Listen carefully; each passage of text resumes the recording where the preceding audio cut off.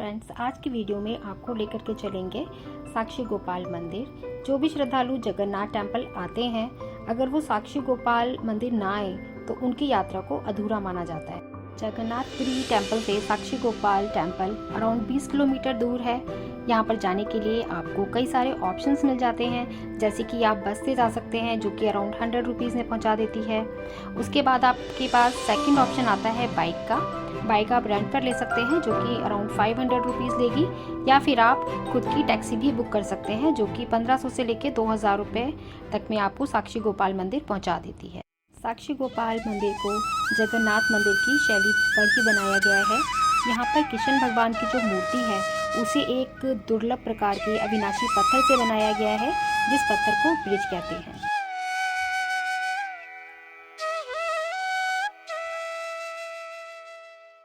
सामने आप देख रहे हैं साक्षी गोपाल मंदिर। अब मैं बताती हूँ इसके पीछे की स्टोरी। बहुत पुराने टाइम में एक रिच ब्राह्मण था जो कि वृंदावन जाना चाहता था, तो उसके साथ काफ़ी सारे गांव वाले और एक लड़का साथ में निकल पड़े। लेकिन रास्ते में ब्राह्मण अचानक बीमार हो गया, तो गांव वालों ने देखा कि वो बीमार हो गया है, तो उसे रास्ते में छोड़कर वो लोग आगे निकल गए। लेकिन जो लड़का था वो उसके साथ ही रहा और उसकी खूब सेवा की।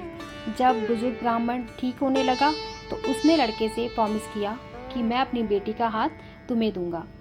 पहले तो लड़का हिचकिचाया और उसने सोचा कि मैं इतना गरीब हूँ और इतने अमीर ब्राह्मण की बेटी से कैसे विवाह कर सकता हूँ, लेकिन पंडित के बार बार कहने पर वह मान गया। तो वो लोग वृंदावन पहुँचे।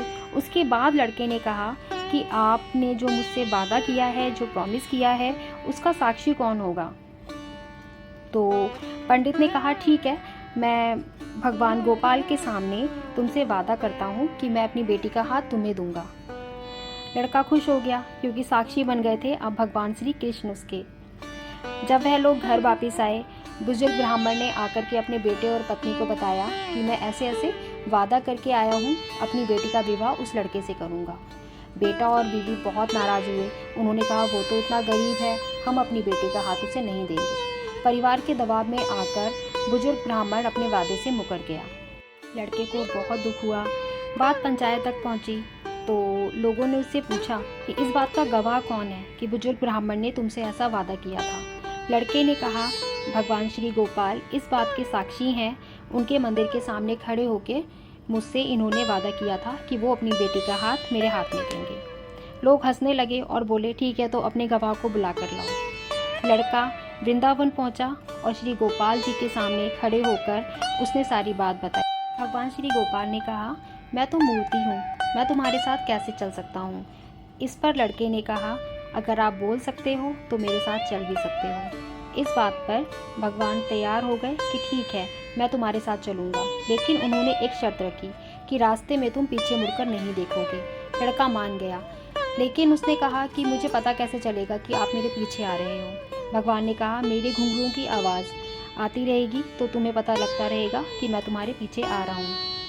भगवान पीछे पीछे और लड़का आगे आगे चलने लगा। रास्ते में गांव के समीप आने के बाद अचानक से घुंघरुओं की आवाज़ बंद हो गई क्योंकि रास्ता रेतीला था। लड़का डर गया और पीछे मुड़ के देखा, भगवान वहीं पर मूर्ति बन गए। अब लड़के ने कहा कि आप आगे चलिए, लेकिन उन्होंने कहा कि तुम गाँव वालों को यहीं बुला कर लाओ, मैं यहीं पर गवाही दूंगा। लड़का गया और गांव वालों को बुलाकर लाया। भगवान ने कहा उन गांव वालों से कि मैं इस बात का साक्षी हूँ कि बुजुर्ग ब्राह्मण ने वादा किया था कि वो अपनी बेटी का हाथ इस लड़के के हाथ में देगा। भगवान की गवाही के बाद बुजुर्ग ब्राह्मण ने अपनी बेटी की शादी उस लड़के से कर दी। तो ये थी भगवान किस प्रकार से साक्षी बने अपने भक्त के। इसी प्रकार से साक्षी गोपाल साक्षी है श्री जगन्नाथ धाम की यात्रा के। मंदिर के परिसर में कैमरा अलाउड नहीं है, तो गर्भगृह की फ़ोटोज़ मैं आपको नहीं दिखा पाऊँगी। उसके लिए आपको खुद से मंदिर में दर्शन करने के लिए आना पड़ेगा। मंदिर से जैसे ही आप बाहर आएंगे काफ़ी आपको दुकानें मिल जाएंगी जहाँ से आप थोड़ा बहुत शॉपिंग कर सकते हैं, और प्रसाद की काफ़ी सारी दुकानें भी हैं यहाँ पर। अपनी श्रद्धा के हिसाब से आपको जो भी प्रसाद चाहिए यहाँ पर मिल जाएगा। भगवान की मूर्तियाँ, धागे, कलावा, ये सारी चीज़ें भी आपको यहाँ पर मिल जाती हैं।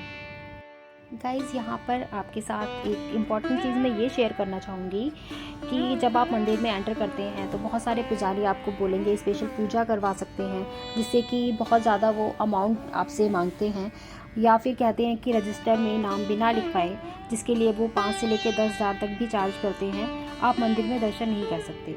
तो ऐसा कोई रूल नहीं है, ये आपके ऊपर है कि आप पूजा करवाना चाहते हैं या नहीं, रजिस्टर में आप एंट्री करवाना चाहते हैं या नहीं।